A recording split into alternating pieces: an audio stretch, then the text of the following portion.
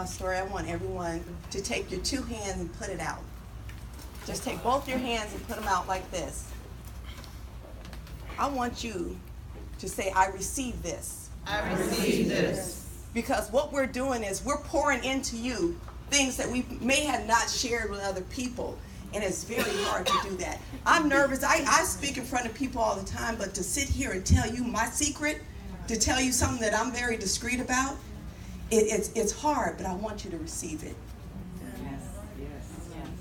How many of you have been in love and been married?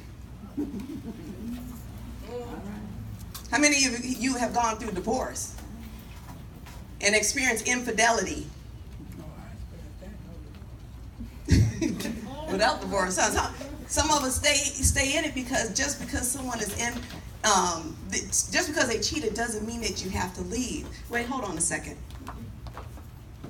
I didn't know I was going to be standing and I got these shoes on that are uncomfortable. Oh, they're real cute.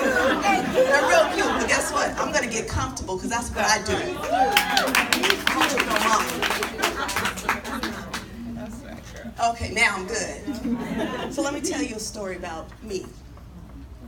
I met my husband when I was a freshman in high school.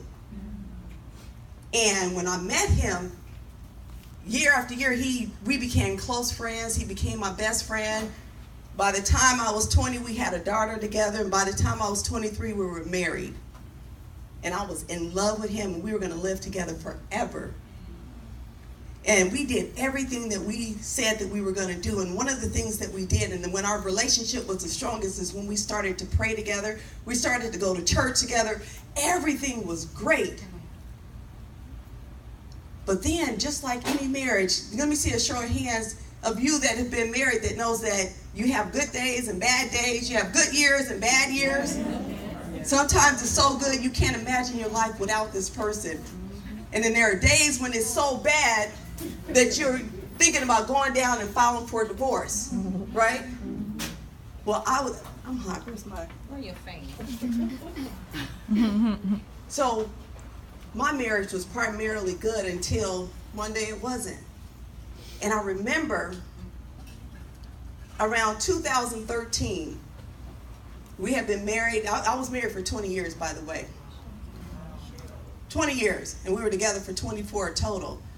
But around 2013, I remember thinking that something's not right. It just wasn't the same. And I don't know if you've ever experienced being in a relationship and here you are in a relationship with a beautiful family. By the way, I'm a mother of 3. We had 3 beautiful children, beautiful home, great careers. Everything seemed and looked really good. So anybody from the outside looking in, what they saw was something that was so beautiful, and they, oh my gosh, Sheila got it going on, and look at her family. Oh, they're traveling, and we posted some really nice pictures on Facebook. I don't know about you, but I only put what I want people to see on Facebook. I don't put my business on Facebook. Unfortunately, when you don't put your business on Facebook and one day you finally do, people start to judge you even harder.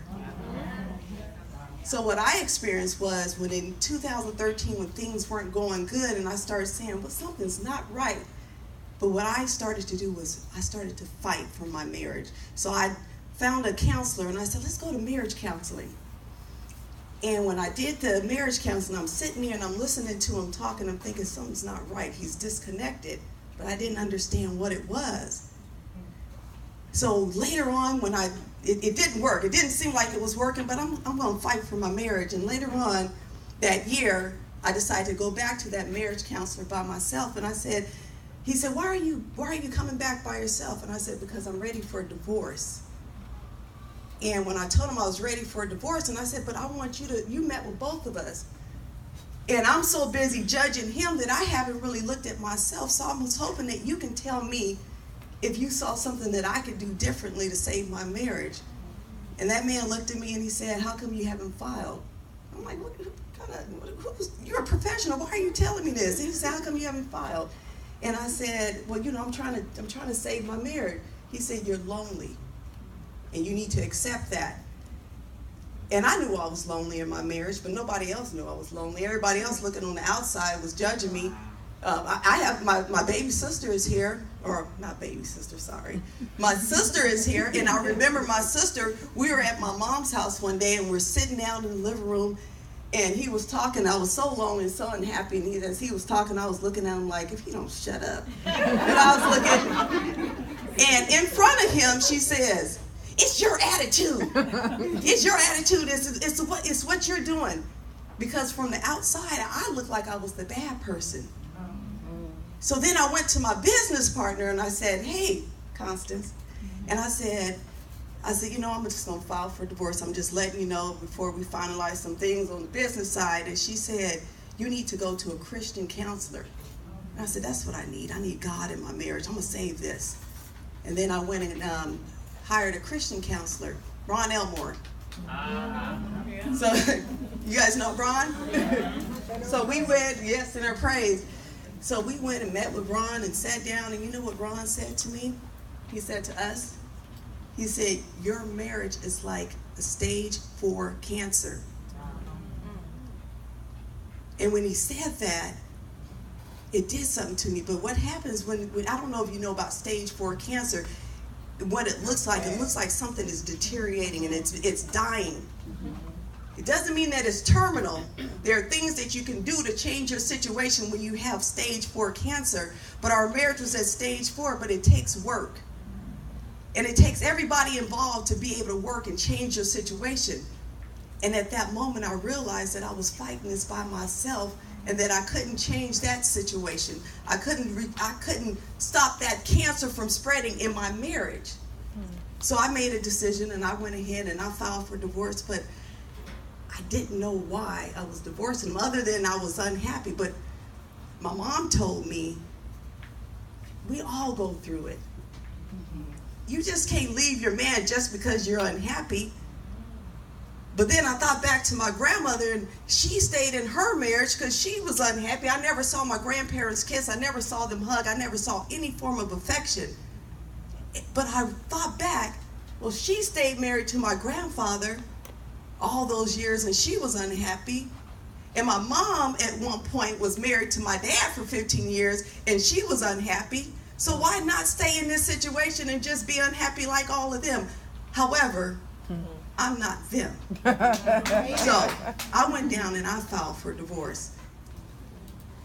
But going through how many understand that when you file for divorce, there's a process and it can take months and months, sometimes years for that to be complete. So while I'm waiting for it to be complete, I'm waiting for him to do whatever it takes to fight for our marriage, to turn it around. And he didn't.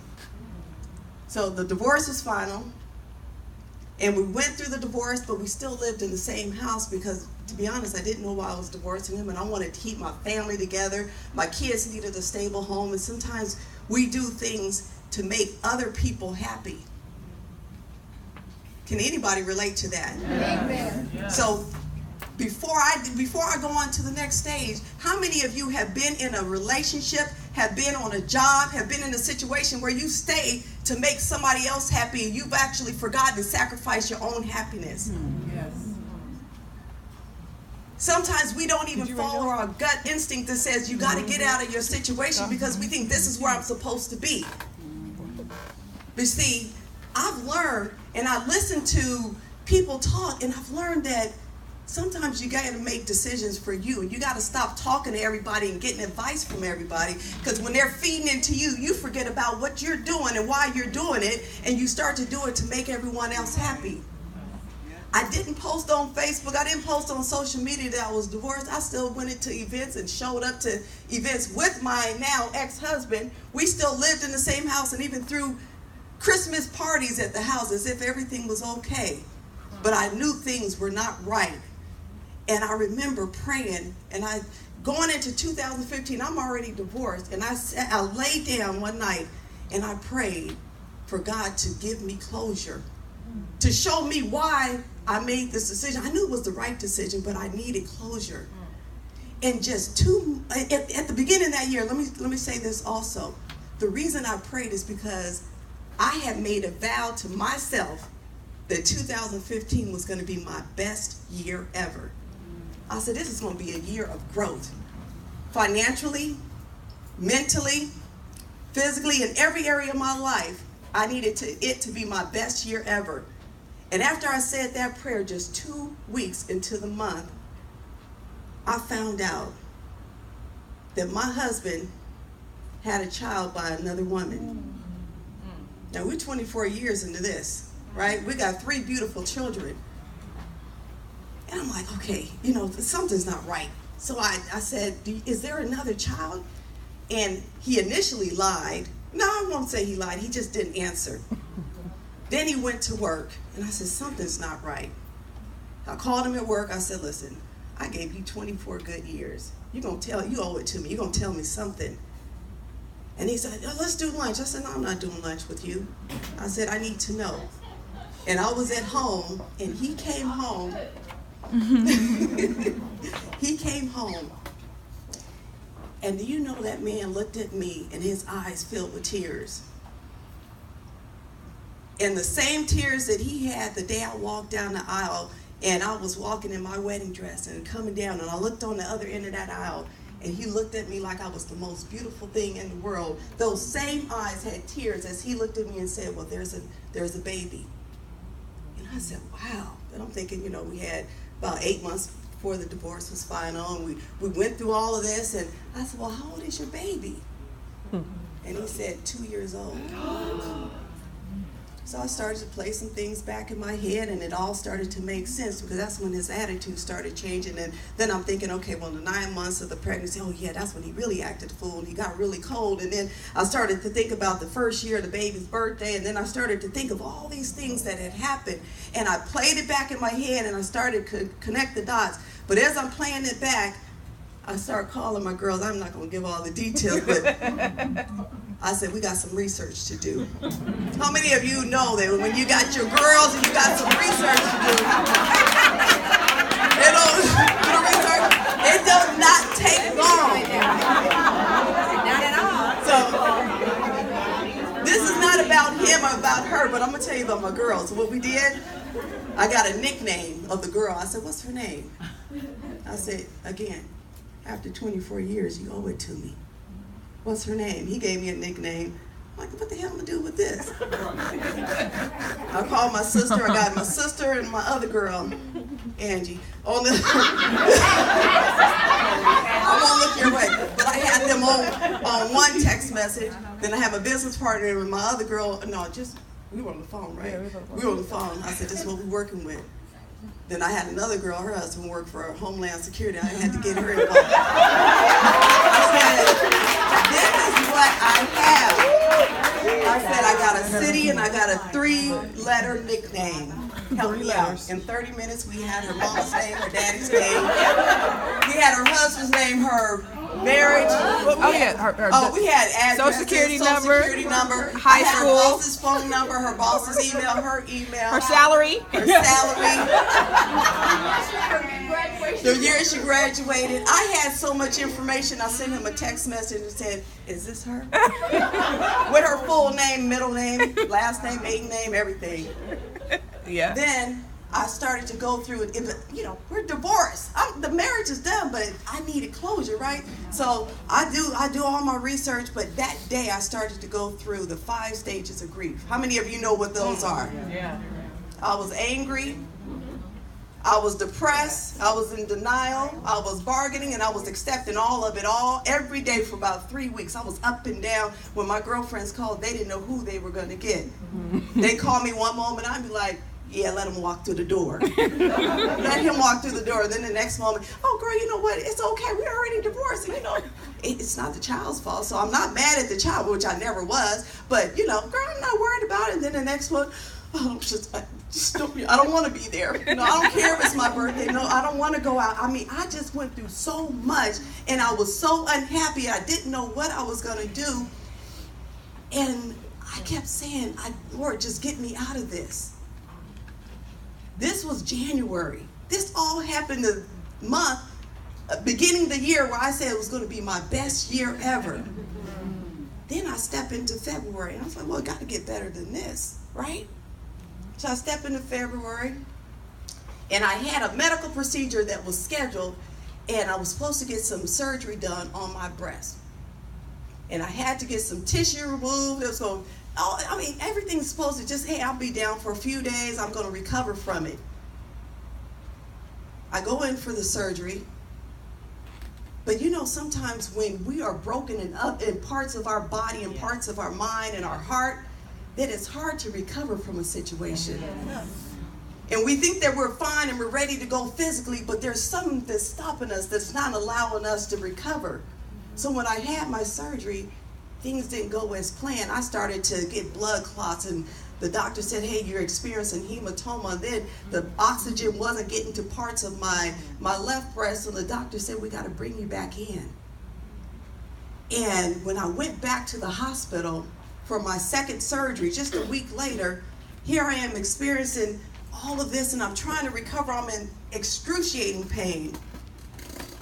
But I remember one day getting up, and I was at the house. Now, he's kicked out the room, but he was still at the house. I made him sleep in the game room on the couch without no blankets. He wasn't allowed to touch my blankets. He had to sleep with a sweatshirt on with a hood. And he was sleeping, so he's mad at me. But I was in so much pain. I walked in the room like this, and I said, I need your help. Now, I did not want to ask him. I swear I didn't, but everybody was at work. I couldn't call anybody. And I said, I need your help. I said, I'm hungry. Can you please get me something to eat? Now, this is somebody who had treated me like a queen for so many years before it got bad. Someone that was there for me, that was there for our kids, that I shared so many years with. But as I'm in pain, and the time I felt like I needed him the most, I looked at him, I said, I can't lift anything, and I'm in a lot of pain. Help me. And he looked, he pulled that hood down, and he said, no. I said, no, I'm serious. I said, I'm really in pain, I'm hungry, help me. And he said, no.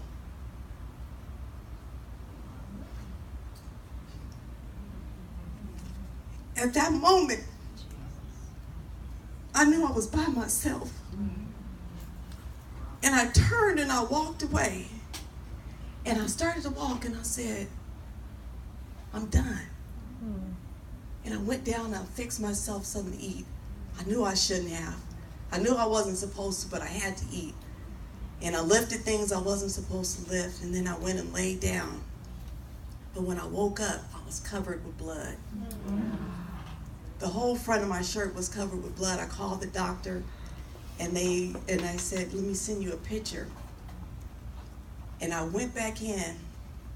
I had to go back in. They said, we got to bring you in for emergency surgery. So let me explain to you what I saw and what the doctor saw. I did not have cancer. Let me be clear. I don't claim that. And if anybody's experiencing that, I understand it's not something you play with. But when I shared that picture and showed that picture to someone close to me, they said it looked like stage 4 cancer. So here I am hearing this again. Something in stage 4 cancer is something that's deteriorating and dying. So now my breast is experiencing it, and I go in and I have the surgery, and the doctor told my driver, bring her back tomorrow. She needs to come back. So I'm wrapped up really, really tight. And I'm getting a ride back to the doctor's office, and I get there, and when I walk into the office, the doctor has tears in her eyes. And I'm looking at her like, what's going on? And she says, things didn't go as planned. And I said, okay, what happened? She said, we had to remove your left breast. Well, hell, I'm single, and I'm about to go out there and start dating. Now, I've got one titty. Are you serious? No, you're not. No, we all ladies here. Let me tell you, this was my good titty. This is my.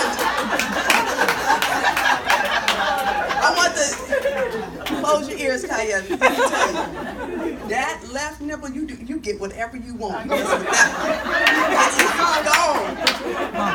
I'm like, no. But when I looked at her, seriously, when I looked at her, she's crying, and I said, it's gonna be okay. I said, it's gonna be okay. And I said, how do we fix it? And she looked at me and she said, reconstruction. And she said, reconstructive surgery. And she started to explain about the process. I didn't hear anything she said, because when she said reconstruction, at that moment I knew that I had to reconstruct every area of my life. I needed to reconstruct the way that I did business. I needed to reconstruct that man that was in my home. I got to get him out. That's what I started thinking. He got to get out. It's unhealthy for him to be there. I needed to reconstruct anything that was going on to make it better. You see, when you have something that is looking and acting like a stage 4 cancer in your life, and it's starting to die around you, you can't hold on to it, because when you hold on to it, it starts to spread. And when it starts to spread, it can die, and you got to get to it before it completely dies, and you got to make a decision. You got to make a change, and you got to allow it to do something to you. You can't allow it to do something to you to ruin your life. You got to take control of your life. And when that doctor made the decision without me knowing that it was coming to remove that breast, she knew that I needed to get rid of this to save more. It could have spread to wherever else it was going to go. When Ron Elmore told me that my marriage was at a stage 4 cancer, and that I was the only one fighting to save it, I needed to get him out, because it was no longer good for me. In order for you to make a change in your life, you have to get rid of what's dying and what's no longer good, and make room for the better. Yes. So what I started to do is I started to remember, well, I said it was going to be my best year ever. So let me start making some changes right now. I changed the locks on the house. That's right. That was kind of scary and funny at the same time. Let's be honest. I left the house after I changed the locks, and then I got a call. I can't get in. And I said, huh? He said the garage door ain't even open, and I had unplugged that, because I'm like, you ain't going to even get in the garage. Then I changed locks. I looked at the furniture in the house. I started selling stuff. I given couches to my son, and he was in college, and he had an apartment. Hey, you can have this one. I started getting rid of everything. Then I said, let me sell the house. Put the house on the market. I started making changes to every area of my life. And when you decide to make changes to your life, God will begin to work with you and begin to make changes for you, and he will begin to step in. Because you know what it was? It's not that I just said I'm going to make changes. I allowed God to step in, because I said, I'm trusting in you. I'm trusting, and I have so much faith that this whole thing that I'm going through is for a reason. See, I have a mentor. His name is Les Brown. And Les Brown said that your story is not just for you, it's for someone else. So when he told me that, or he actually told one of my business partners that, I said, wow, that manifests with me. Because when I'm going through something, it's for me, but it's also going to help somebody else through it. That's right. And even before I came here today, I started to look at, and I know we're on a time frame, so I'm going to close this up. But last week, I was looking at a video, and it was an Oprah Winfrey video. And she was talking about failure. And what she said in that video is that we have a supreme destiny. And whatever is supposed to happen is going to happen in our lives. And we don't have really that much control over where we're going to go. Now, we can take the wrong path to get there. And we can go through some things on the way to our supreme destiny, but that's already been determined. And so even if we end up in a bad marriage or at the wrong company, what our supreme destiny has already been determined. I feel like my supreme destiny for 2015 was to make it my best year ever. Yeah. So even though I had gone through heartache and heartbreak, and I've been through all of this, and I've lost, physically I had lost my breast, everything turned around and turned out the way it was supposed to. I ended that year making the most money I had made, and I don't know how, it was financially the best year. Physically, had my reconstruction. I'm just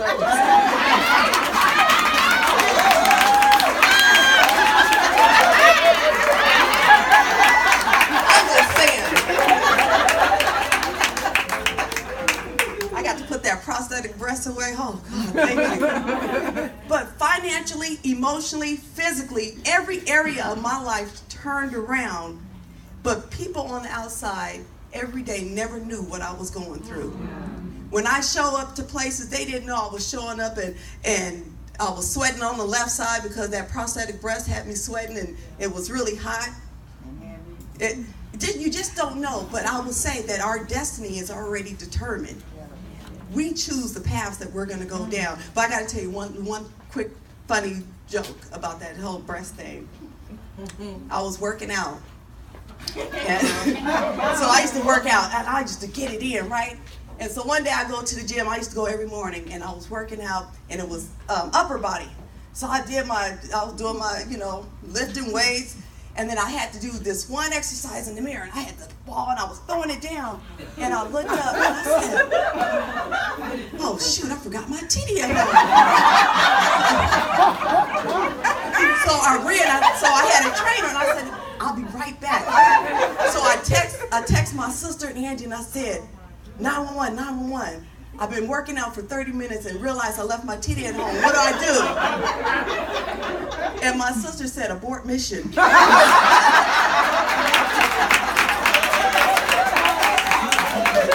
I will end with this. I decided to go ahead and finish my workout. I did not abort mission. But it's okay to get advice from people, but you got to make a decision for yourself. All right.